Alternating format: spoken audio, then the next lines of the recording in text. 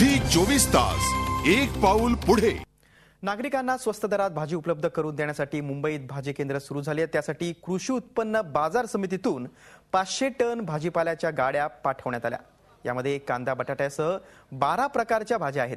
सध्या विकल्या जाणाऱ्या भाज्यांच्या दरापेक्षा 30% कमी दराने या भाज्या उपलब्ध होणार आहेत। महिन्याभरासाठी ही केंद्र सुरू राहणार आहेत।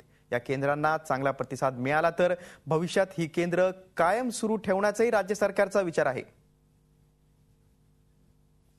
ग्राहकाला किरकोळ भाजीपाला देण्याची व्यवस्था आपण केलेली आहे।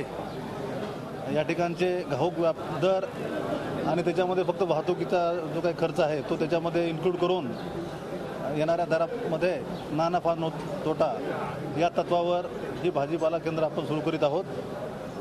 आणि या ठिकाणी प्रत्येक वाहनामधून 1 टन भाजीपाला आपण देणार आहोत। खाणाऱ्या जनतेला कुठेतरी स्वस्त मिळावं म्हणून या ठिकाणी या योजनेमध्ये महासंघाच्या माध्यमातून आम्ही सगळे व्यापारी सहभागी होणार आहोत। आणि आज 11 केंद्रावर चांगल्या क्वालिटीचा माल, निवडलेला माल ग्रेडिंग पॅकिंग करून आमच्या सगळ्या व्यापाऱ्यांनी या ठिकाणी दिलेला आहे। आणि निश्चित खाणाऱ्या जनतेला 20 ते 25% स्वस्त भाजी भेटेल। झी 24 तास एक पाऊल पुढे।